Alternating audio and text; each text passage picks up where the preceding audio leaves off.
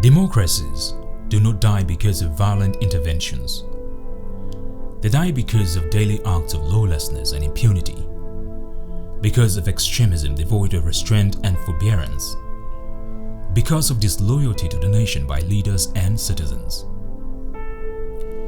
This is one of the several immutable quotes of Dr. Obadiah Mailafia, a former deputy governor of the Central Bank of Nigeria, international economist, strategy and policy expert, good governance advocate, scholar, a humanitarian, bridge builder, committed Christian, loving husband, father, a patriot, and global citizen.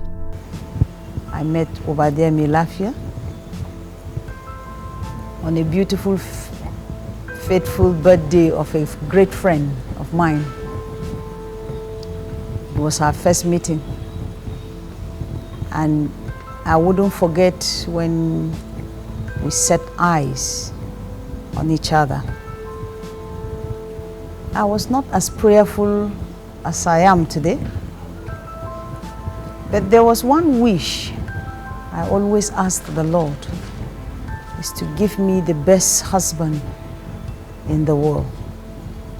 And the Lord did it. My life with Dr.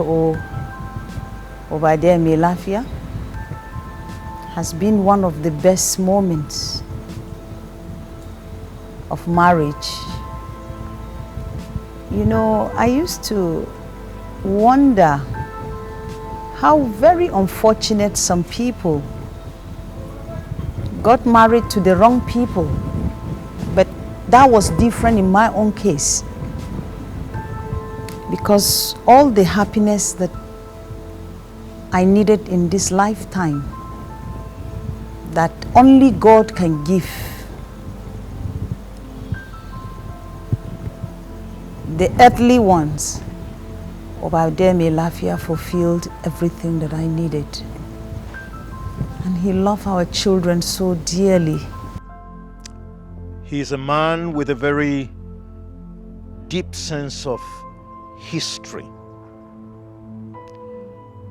He is a man who is sensitive to those who have suffered marginalization and oppression. In a way, he's a political economist because he has views that are inspired by Marxist ideas. Not that he's a communist, but the idea of freedom for all and to care for the greater good. He was a father, he was a mentor, he was an elder sibling, he was a boss,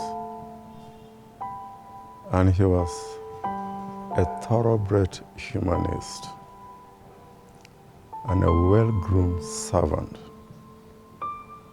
of the people.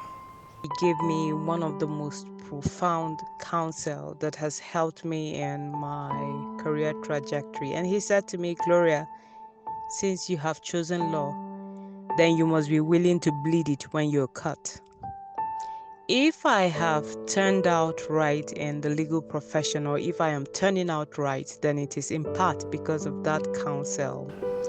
It's difficult to describe Mailafia in one word or in one sentence, but the truth is, he was an epitome, a collection, an example of the finest from Southern Kaduna. Educated, composed, an achiever, someone who reached the zenith of his career, and then an example of what men should look like in our current society in Nigeria. Born in the South Side on the 24th of December 1956 in a missionary compound in Randa, an agrarian community in the hills and valleys of Ninzolan, in Sanga local government area of Kaduna State. He is a typical definition of grass to grace. He was born in Randa because his father was working with the missionary as a T-boy, and so he grew up in the missionary compound. So when the missionary were leaving Randa for Moria, they left with the father and the family. Dr. Mailafia grew up in Moria.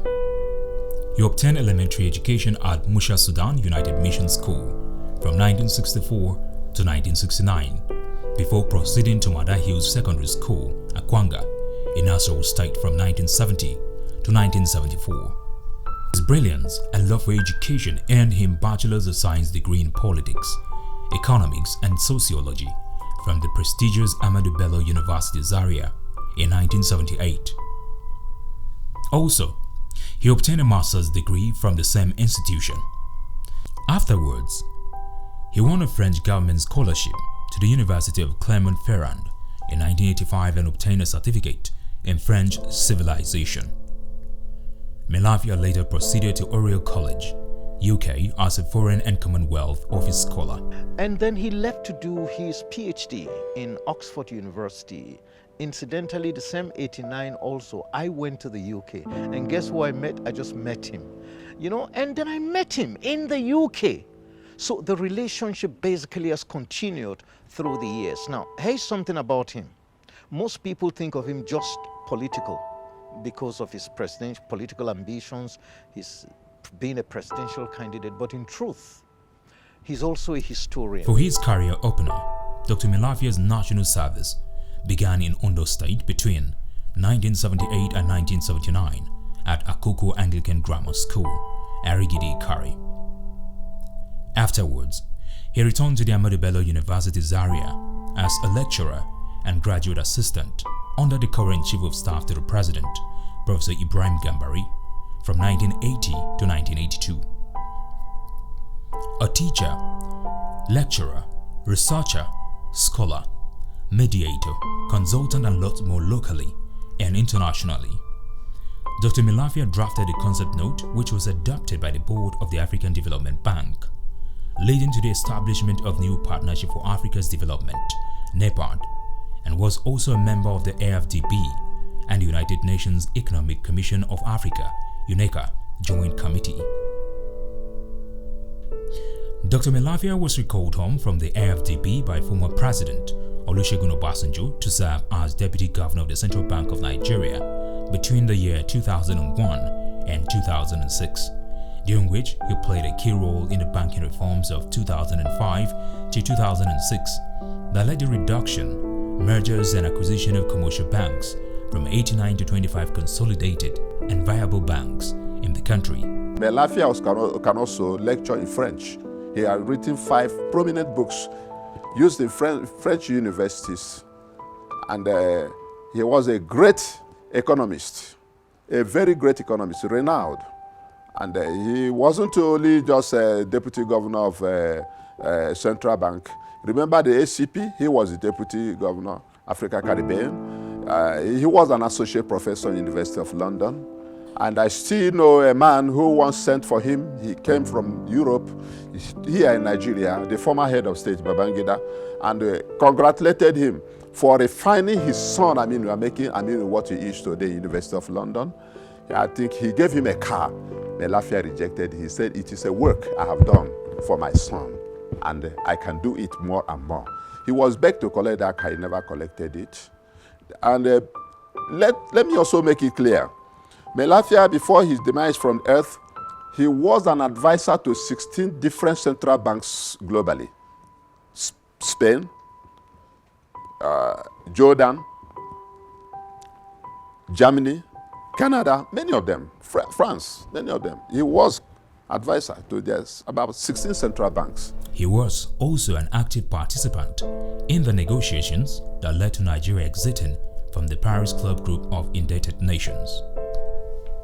From 2010 to 2015, Dr. Obadiah was the Chief of Staff to the 79-member nation African, Caribbean, and Pacific Group of States based in Brussels, Belgium.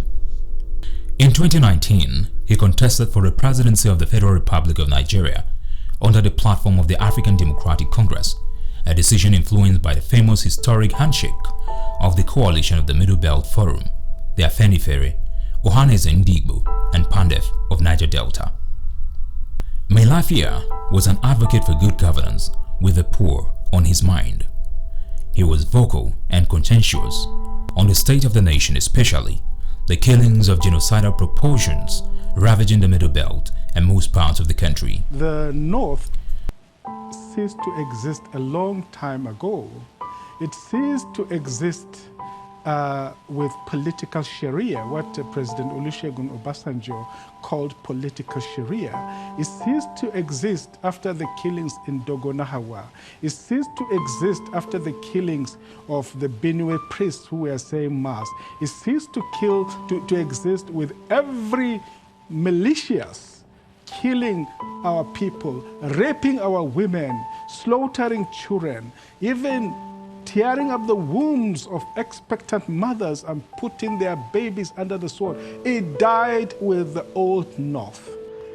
He is, to me, a mentor, hero, and a father in the struggle for the freedom and total liberation of the peoples of the Middle Belt and the entire ethnic nationalities of northern and, in fact, generally, the ethnic nationalities of Nigeria.